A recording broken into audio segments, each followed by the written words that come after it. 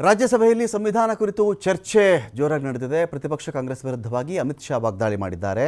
ಇಂದಿರಾ ಗಾಂಧಿ ಪ್ರಧಾನಿಯಾಗಿದ್ದಾಗಲೇ ಸಂವಿಧಾನಕ್ಕೆ 42ನೇ ತಿದ್ದುಪಡಿಯನ್ನು ತಂದರವರು. ಲೋಕಸಭೆ ರಾಜ್ಯಸಭೆ ಅವಧಿಯನ್ನು 6 ವರ್ಷಕ್ಕೆ ಇವರು ಜಾಸ್ತಿ ಮಾಡಿದ್ರು. ಯಾಕಂದರೆ ಅವತ್ತು ಎಲೆಕ್ಷನ್ ನಡೆದಿದ್ದರೆ ಇಂದಿರಾ ಗಾಂಧಿ ಅವರು ಸೋತು ಹೋಗ್ತಾ ಇದ್ರು. ಅದಕ್ಕೋಸ್ಕರ ಅವರು ಸಂವಿಧಾನಕ್ಕೆ ಅಮೆಂಡ್ಮೆಂಟನ್ನು ಮಾಡಿದ್ರು, ತಿದ್ದುಪಡಿಯನ್ನು ಮಾಡಿ ಅದರ ಅವಧಿನೇ ಜಾಸ್ತಿ ಮಾಡಿಬಿಟ್ರು.